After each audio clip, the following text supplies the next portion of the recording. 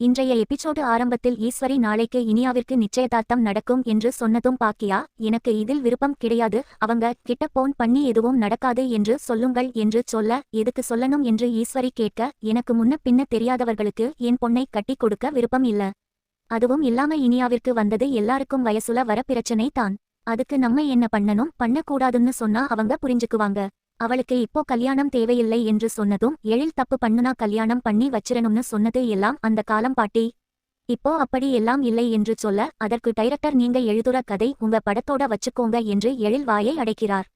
அடுத்ததாக நீங்க பண்றது தப்பு பாட்டி என்று ஜெனி சொன்னதும், அன்று எங்களுக்கு சப்போர்ட் பண்ணுன, இன்னைக்கு உன் மாமியாருக்கு சப்போர்ட் பண்ணுறியா? ஒரு பக்கமா இருக்க மாட்டியா என்று கேட்க, இது வீடு தானே, எந்த பக்கம் நியாயம் இருக்கோ அதைத்தான் நானும் சொல்கிறேன் என்று சொல்கிறார். பிறகு ஈஸ்வரி கோபியிடம் நாளைக்கே பட்டுப்புடவை எல்லாம் எடுக்க முடியாது, அதனால இனியா கிட்ட இருக்கிற ஒரு நல்ல ட்ரெஸ்ஸையே போட்டுக்க சொல்லு என்று சொல்ல, அதற்கு கோபி பாக்கியா உறுதியா வேண்டாம்னு சொல்லும் போது எப்படிம்மா என்று கேட்க, அதற்கு ஈஸ்வரி தன்னுடைய முடிவில் உறுதியாக இருப்பதாக சொல்கிறார். அடுத்த கட்டத்தில் பாக்கியாவிடம் நான் ஒரு தப்பு பண்ணுனேன், அதை புரிஞ்சுகிட்டேன், இதுக்கு மேல அந்த தப்பு பண்ண மாட்டேன்னு சொல்லுறேன், ஆனா இவங்க எதுக்காக இப்படி எனக்கு தண்டனை கொடுக்குறாங்க என்று அழுது கொண்டு இருக்க, பாக்கியம் இனியாவிற்கு ஆறுதல் சொல்கிறார். பிறகு அடுத்த நாள் ஆகாஷை ஹாஸ்பிடலில் இருந்து கூட்டிக்கொண்டு வீட்டிற்கு வந்துவிடுகிறார்கள்.